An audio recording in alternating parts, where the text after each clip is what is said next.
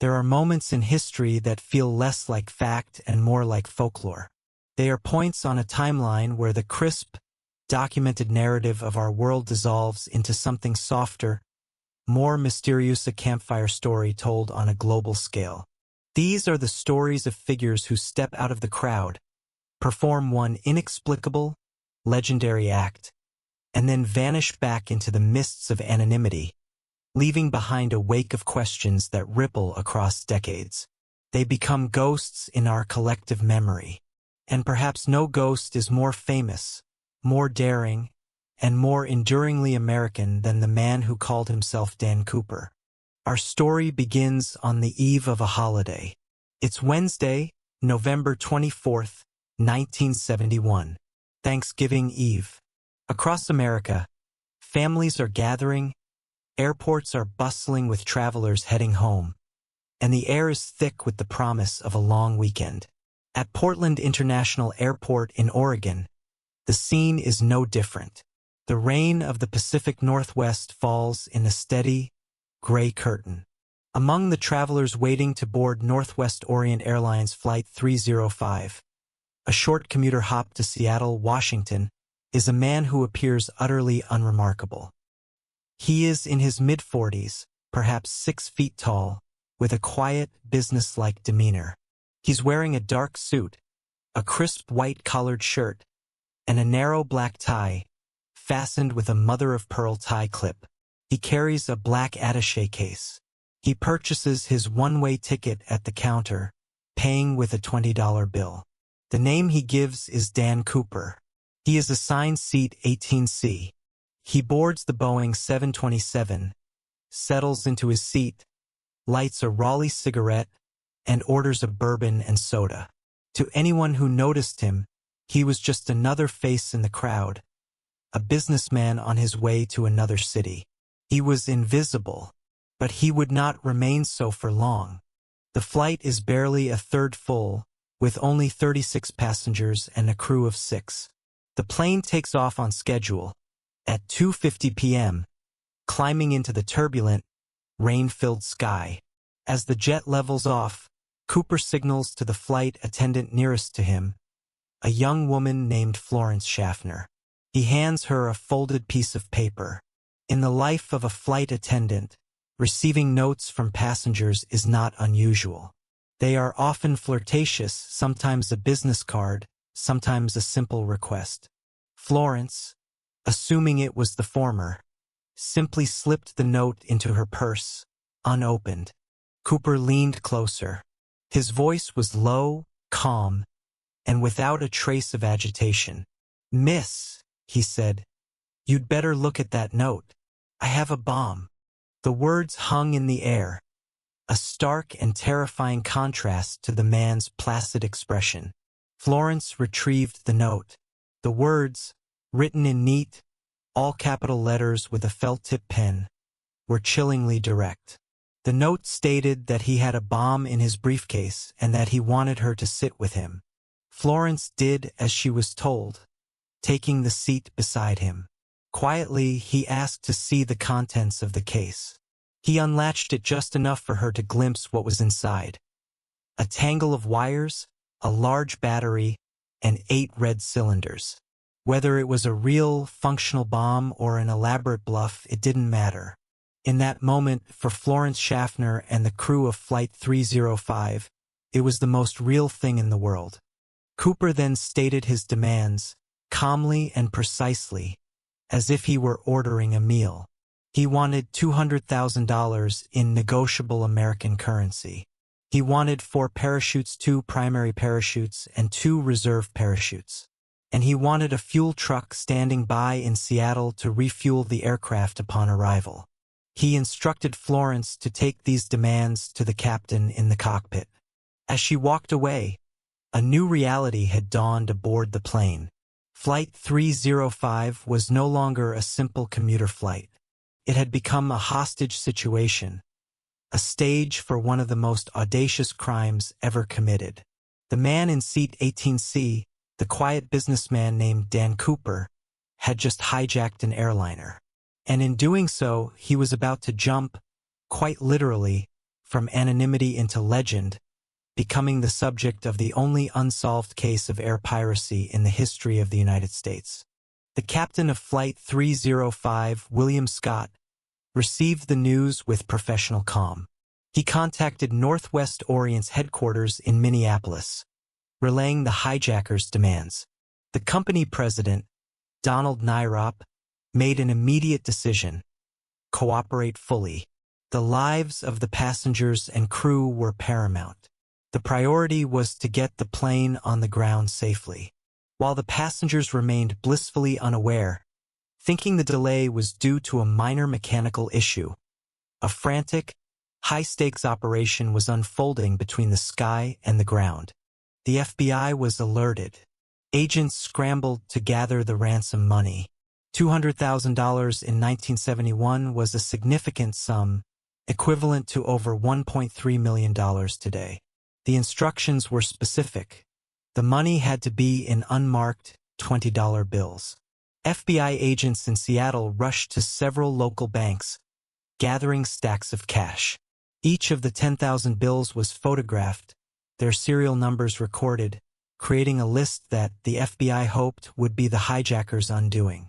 The money was stuffed into a heavy bank bag. Meanwhile, agents sourced the 4 parachutes from a local skydiving school. The choice of 4 parachutes was, and remains, one of the most intriguing details of the case. Why 4? Did he intend to take hostages with him? Was it a bluff to make the authorities believe he wasn't alone?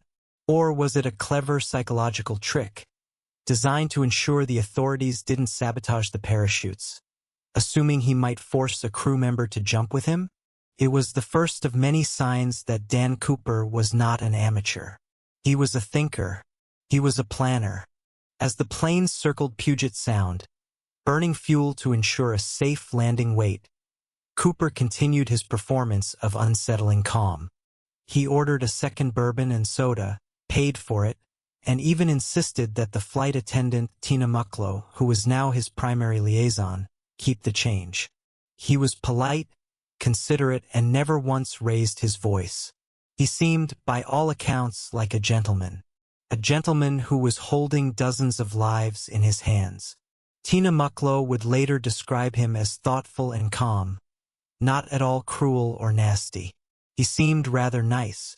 This chilling dichotomy, the polite criminal, only adds to the mystique.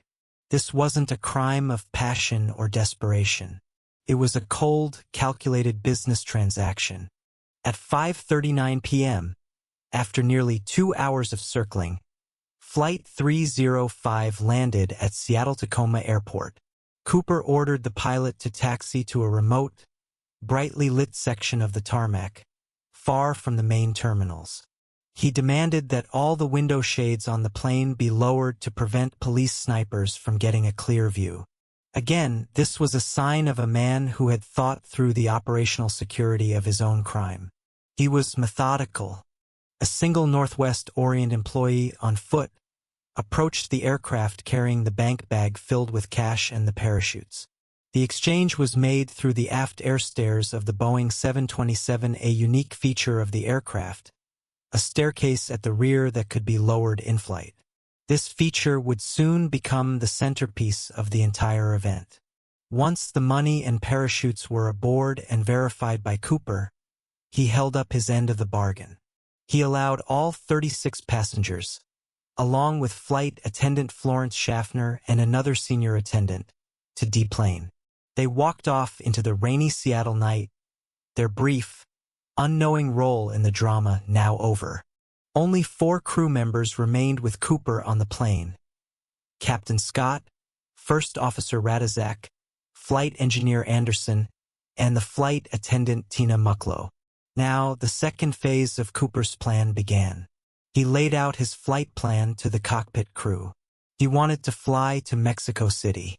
The flight path was to be specific.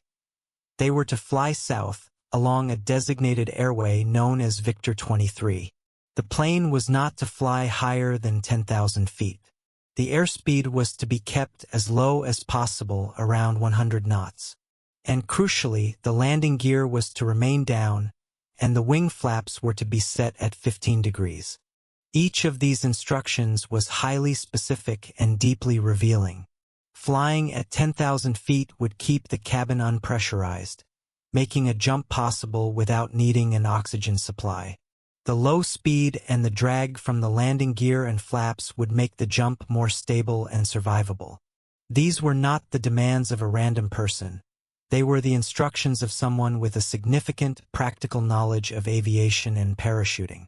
He knew the capabilities and limitations of the Boeing 727. He knew what he was doing. While the plane was being refueled, Cooper discussed his plan with the crew. He was relaxed, almost conversational. He rejected the crew's meal choice of sandwiches from the terminal, a small detail that some have interpreted as a sign of his caution, perhaps fearing the food could be drugged. The refueling process was slow, complicated by cold weather and issues with the tanker truck. Cooper became impatient, but never angry. His calm was a weapon, keeping the crew and the authorities off balance. Finally, at around 7:40 p.m., the plane was ready. Flight 305, now a near-empty vessel carrying a hijacker, a fortune, and 4 crew members, took off from Seattle and headed south into the dark, stormy night. 2 F-106 fighter jets from a nearby Air Force base scrambled to follow, but Cooper had ordered the plane to stay low.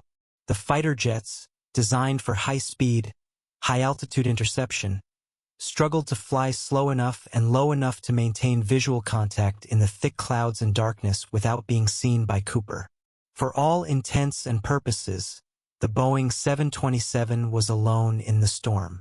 Aboard the plane, Cooper instructed Tina Mucklow to show him how to operate the aft air stairs. Then, he ordered her and the rest of the crew to remain in the cockpit and not to come out. He was alone now in the main cabin with his money and his parachutes. The crew in the cockpit noticed a warning light illuminate, indicating that the aft staircase was being deployed. Through the intercom, Captain Scott asked Cooper if he needed any assistance. Cooper's reply was his last known communication. A simple, firm, no. At approximately 8:13 p.m., somewhere over the rugged, forested wilderness of southwestern Washington state, the crew felt a sudden change in air pressure, a slight upward movement of the plane's tail section. This was the moment. In the midst of a raging thunderstorm with freezing rain and wind gusts, in the pitch black of a moonless night, the man known as Dan Cooper walked down the aft air stairs of a Boeing 727 flying at 10,000 feet and jumped. He leaped into the void, into the storm, into history. He had the money, a parachute, and a plan. And then he was gone. He vanished as completely as if the sky had swallowed him whole. The plane continued on its course for a time, before the crew, realizing what had happened, landed safely at Reno, Nevada, short of the Mexico City destination. The FBI swarmed the aircraft. They found it empty save for the crew. What Cooper left behind were the first pieces of a puzzle that would frustrate investigators for half a century. He left behind 2 of the 4 parachutes. He left his black clip-on tie. And he left 8 filter-tipped Raleigh cigarette butts. And so began one of the most extensive and expensive manhunts in American history. The FBI code-named the investigation NORJAC, for Northwest Hijacking. The initial theory was simple. Cooper could not have survived the jump. The conditions were atrocious. He jumped into a densely wooded, mountainous area, at night, in a storm with wind chill well below freezing. He was wearing a business suit and loafers, not survival gear. The odds of him landing safely, uninjured, and then navigating his way out of that wilderness were astronomically low. The search, therefore, was not for a man but for a body. An army of searchers, including FBI agents, local police, and more than 400 U.S. Army soldiers from Fort Lewis, scoured the predicted jump zone, an area roughly centered around Lake Merwin, Washington. They searched on foot, with helicopters, and with fixed-wing aircraft. They combed the dense forests, the steep ravines, and the cold rivers. They found nothing. No body, no parachute, no briefcase, no shredded money, not a single trace of Dan Cooper. It was as if he had never been there. As the ground search turned up empty, the focus shifted to the evidence left on the plane. The cigarette butts yielded no saliva for a DNA sample, as techniques were primitive in 1971. The 2 parachutes he left behind were examined. One of them was a dummy chute, a training rig that had been sewn shut and was non-functional. Had Cooper, an expert, recognized this and left it behind? Or was he an amateur who simply got lucky by choosing a working parachute? This detail remains a point of fierce debate among cooperologists. The most significant piece of physical evidence was the black tie. For decades, it offered little. But in the 21st century, with the advent of advanced forensic technology, the FBI re-examined it. Using an electron microscope, scientists found thousands of particles on the tie. Most were mundane, but a few were incredibly rare and specific. They found particles of pure, unalloyed titanium and an alloy of titanium and antimony. These materials were extremely rare in 1971, used primarily in very specific high-tech industries, most notably in the aerospace sector. This suggested that Cooper might have been an engineer, a manager, or a technician at a company like Boeing, which was, of course, headquartered in Seattle. It was a tantalizing clue, but it pointed to a class of people, not a specific man. The name Dan Cooper was also a dead end. The FBI quickly determined it was an alias.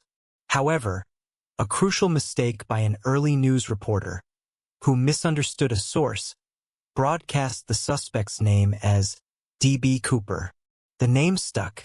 The legend of D.B. Cooper was born from a journalistic error. The FBI checked out a man from Oregon named D.B. Cooper, but he was quickly cleared. Yet, the moniker became permanent, a name now synonymous with the perfect, unsolved crime. Years passed. The active investigation wound down. Leads dried up. The case grew cold, transitioning from a current event into a modern folktale. It seemed the mystery would remain frozen in time forever. And then, in February 1980, nearly 9 years after the hijacking, a discovery was made that blew the case wide open again. An 8-year-old boy named Brian Ingram was on a family vacation, having a picnic on the banks of the Columbia River at a place called Tenna Bar. While digging in the sand to build a fire pit, his hand brushed against something. He pulled out 3 rotting, degraded bundles of cash. The rubber bands had disintegrated, but the stacks were still held together by the sediment. When his family took the money to the police, the FBI was immediately notified.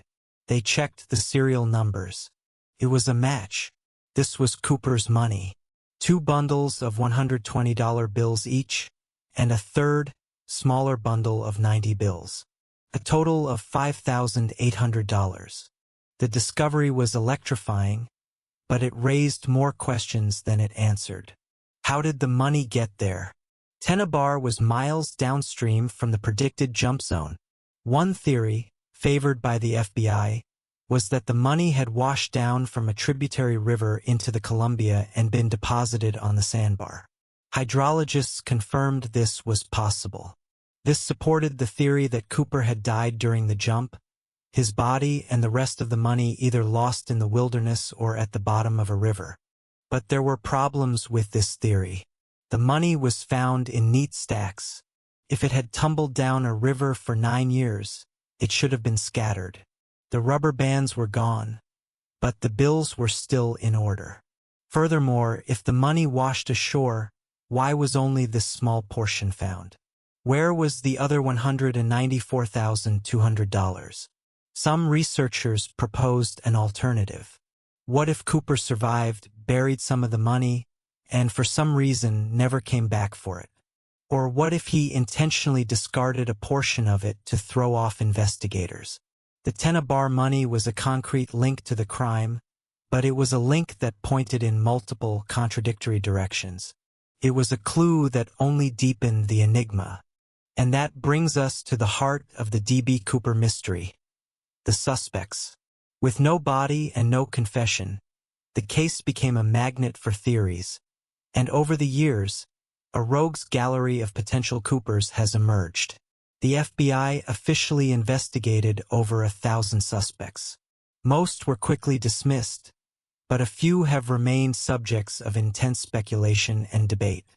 Perhaps the most famous early suspect was a man named Richard McCoy Jr. in April 1972. Just 5 months after the Cooper hijacking, McCoy, a Vietnam veteran, Mormon Sunday school teacher, and skydiving enthusiast, pulled off an almost identical crime. He hijacked a United Airlines flight, demanded $500,000, and parachuted out over Utah. The similarities were uncanny. However, McCoy was captured just 2 days later. He was convicted and sent to prison, but later escaped only to be killed in a shootout with the FBI. For a time, many believed McCoy was Cooper, but the FBI formally ruled him out. The flight attendants from Cooper's flight did not identify McCoy from photos. McCoy's physical description was different. And crucially, McCoy had a solid alibi. He was at home in Utah having Thanksgiving dinner with his family on the day Cooper hijacked Flight 305. Most investigators now believe McCoy was not Cooper, but a copycat inspired by the legend. Then there is the case of Dwayne Weber. On his deathbed in 1995, Weber, a World War II veteran with a long criminal record, turned to his wife Jo and confessed, "I am Dan Cooper." He had never spoken of it before. After his death, his widow began to connect the dots. She remembered an old, recurring nightmare he had about leaving his fingerprints on the aft stairs of a plane. She recalled a trip they took to Seattle shortly before the hijacking. She found an old plane ticket in his wallet with the airport code SEA.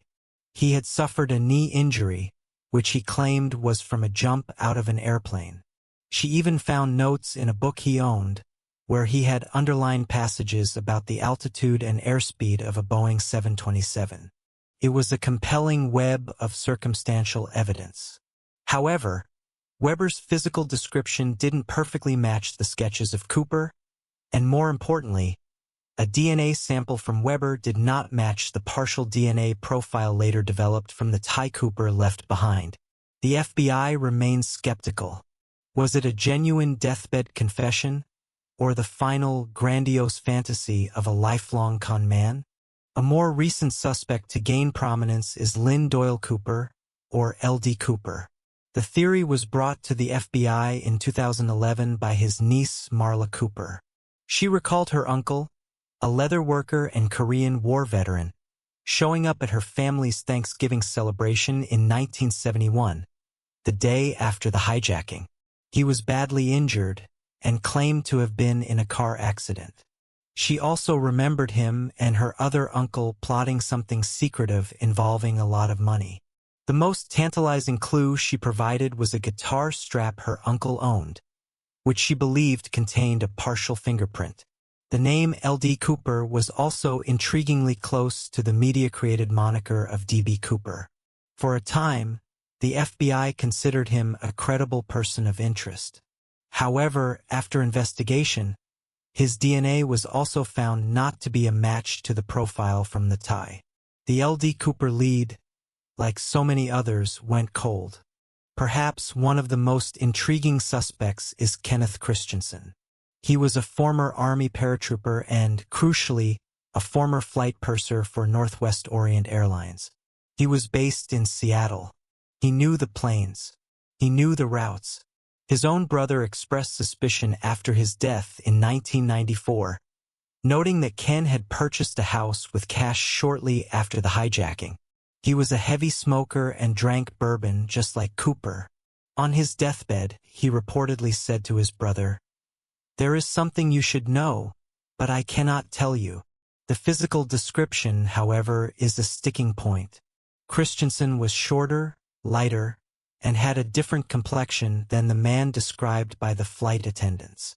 Still, the connections to the airline and his paratrooper background make him a persistent and compelling figure in the lore. In the last decade, another name has dominated the conversation: Robert Rackstraw. Rackstraw was a decorated Vietnam War veteran with extensive training as a paratrooper and demolitions expert.